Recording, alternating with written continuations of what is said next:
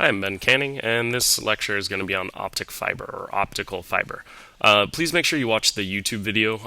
There's a guy who walks through a laser traveling down a beam of water. Make sure you watch that one first. It's more engaging. It's not just a talking head. There's actually some cool demos with it. So watch that one first, and I'm going to kind of fill in a few of the gaps for what you need to know for IB beyond what he said. So in that video, you saw this effect where we saw a laser kind of bouncing within a clear material and able to kind of travel through a clear material. And he actually even mentioned this idea that the laser spreads out a little bit on each bounce. Well, that is called modal dispersion, and it's dispersion based on the path that is traveled. However, there's also a thing called material dispersion, and you'll need to know the difference between them and how to solve the issues with each of them. So we're going to walk through that process right now. For right now, you might pause the video and take a second to describe any similarities and differences between what you think material and modal dispersion are. All right. So let's go through it. So dispersion, generally speaking, is the spreading out of a signal, meaning we have a signal that comes in and it just fans out into wider and wider and wider dot or laser or light. And that is what dispersion is. Now, material dispersion spreads out the signal, and it happens to occur based on the wavelength. So, for example, if we're using a signal that is white light and it's coming into our prism here, then as it goes through, it's going to bend different colors within the white light different amounts. Now, if you're trying to create a rainbow, this is a great effect. But if you're trying to send a signal that stays together and is coherent, then this is not a great effect. It means it spreads out and it even changes the nature of it. So, since white light is made up of all colors, it's probably not the greatest use for our signal. So that leads us to the solution for how do you address material dispersion? Well, you just use a single color. So now, if you only have green coming through, it's only going to bend the same amounts for each time because it's a single frequency of light, and so therefore is just going to all be treated the same. That leads us to modal dispersion. That's a little bit more difficult. So even if we are using a single color, what's going to happen is because of some inconsistencies in the surface, because the light itself is going to just fan out as it goes through this, we're going to get that signal traveling through different paths as it goes through. So for example, same signal, but one path it might take bounces 2 or 3 times versus another one only bounces once.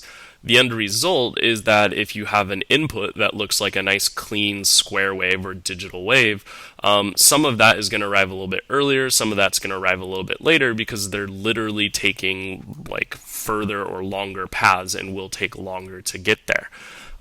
So we end up getting this weird kind of mushy signal. Now, if you imagine if we had a square wave and then immediately another square wave a second later, then over time those might start to blur together and you don't know the distinction between the two.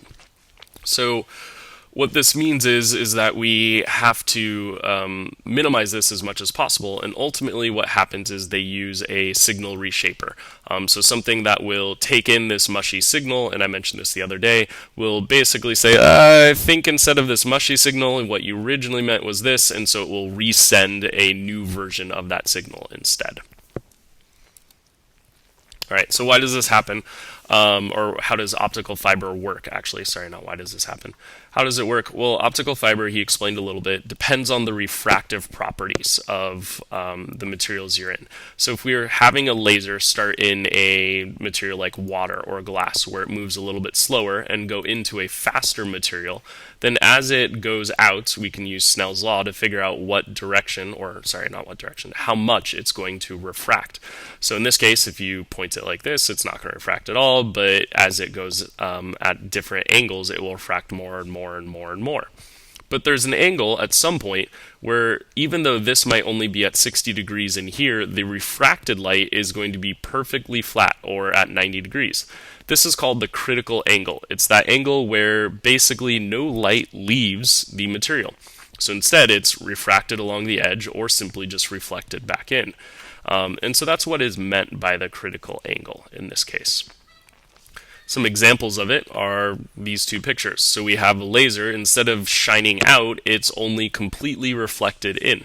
So we have total internal reflection in this case, meaning there's no refraction or no light leaving this material, at least in a meaningful way. Another example that you probably see on a more regular basis, if you've ever been in a swimming pool or underwater, and you try and look up and it looks really shiny on the surface, and you kind of see some reflections and other things, that's what's going on.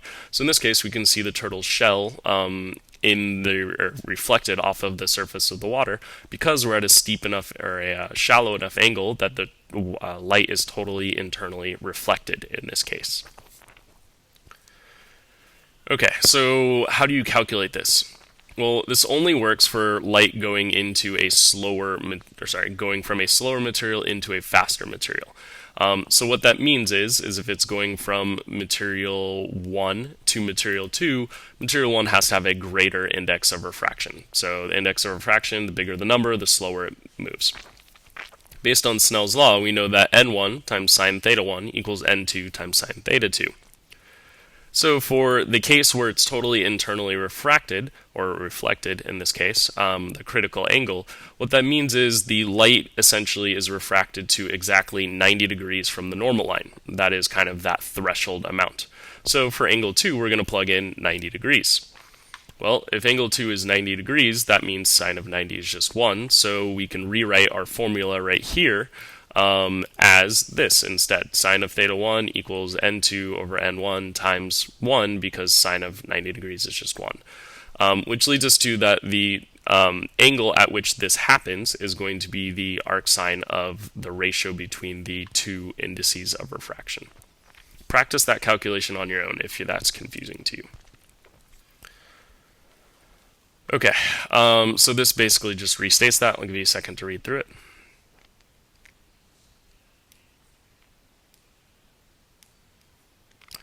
And then it also goes into the idea that, well, if we switch it around, so if we're going from a faster material to a slower material, we can try and calculate this, but ultimately what that means is n1 is going to be smaller than n2, and so we're trying to take the arc sine of something that is greater than 1, or less than negative 1, which doesn't happen. Like, that doesn't work. There is no mathematical definition for it. And so as a result, this mathematically explains why we don't see this occurring when we're going from a faster material into a slower material instead. Okay, we're going to switch gears a little bit and talk about attenuation. This is still within the confines of optical fiber usually, but sometimes it's for other things. So attenuation is the general term that refers to any reduction in the strength of a signal. Now, attenuation occurs whether it's digital or analog, and sometimes we call it loss. We measure it in decibels, which is essentially looking at a log scale of things. The reason why is because things are going to decrease really fast. Now, the opposite of attenuation would be amplification, and we'll measure that in the same scale. Now, in this case, bigger attenuation in dB means more loss of power or less efficient transmission or more waste, if you want to think of it that way. All those work. So attenuation in decibels can be calculated as the following: 10 times the log of your input power divided by your output power. And amplification, since it's basically just the opposite of attenuation, is 10 times the log of the ratio between output and input. Don't worry about it if you mess it up. You just get a negative number and you know that, oh, I switched those, and so you can switch them again in your head and take away the negative. So what this means is that if something has a 10 decibel attenuation and you want to return it to its signal strength, all you need to do is input a 10 decibel amplification. Other things to kind of pay attention to with this: 10 decibel attenuation or 10 decibel loss really means 1/10 of the power. Here, 10 to 10 is going to be the kind of ratio as opposed to 1 to 10, simply because of this prefix, this constant out front. But at a 10 decibel attenuation, you've lost 1/10 of the, you are down to 1/10 of the power, not lost. You only have 1/10 of the power that you started with. At 20 decibels, it is 10 to the power of 2, so 1/100th of the power, and 30, 1,000th of the power. So every 10 decibels is a reduction of power of 10, or if you're doing amplification, every 10 decibels is a times 10 increase in the power.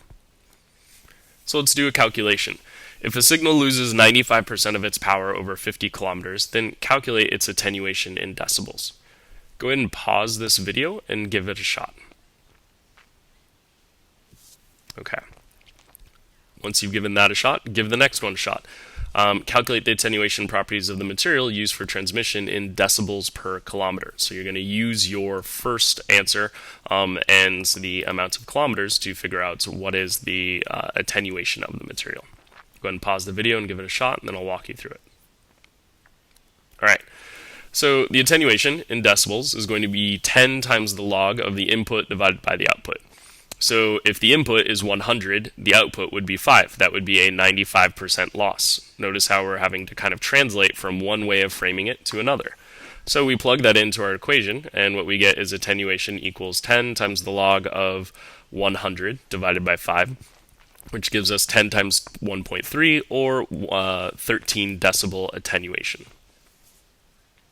All right, if you got stuck on the other one, go ahead and figure out, okay, so if it's 13 decibels over 50 kilometers, how many decibels per kilometer occur, attenuation? So in this case, that would mean we take our 13 decibels and we divide by our 50 kilometers, and what we get is it's 0.26 decibels per kilometer. So oftentimes materials like optical fiber, etc., excuse my waving hands, I'm trying to get the lights on. Oh, just kidding, doesn't happen. Oftentimes the material properties such as attenuation per kilometer will be given for different materials used, different glasses, different forms or types of glass, etc., so that people who are doing calculations and trying to engineer a certain effect can know what's going to happen before they just lay all the optical fiber out. And given the sensitivity of the receiver on the other end, they can also figure out how much power is going to actually go through if it's a 20-kilometer cable or things along those lines, and do they need to have a signal reshaper and an amplifier put in order to reshape and increase the signal strength. Which will usually happen for optical cables. So you're not just having one signal go the entire stretch and hope it makes it. You at different segments are going to have to amplify the signal, so make it brighter or more powerful again, and then you're going to have to also reshape the signal because of the modal dispersion that we discussed earlier.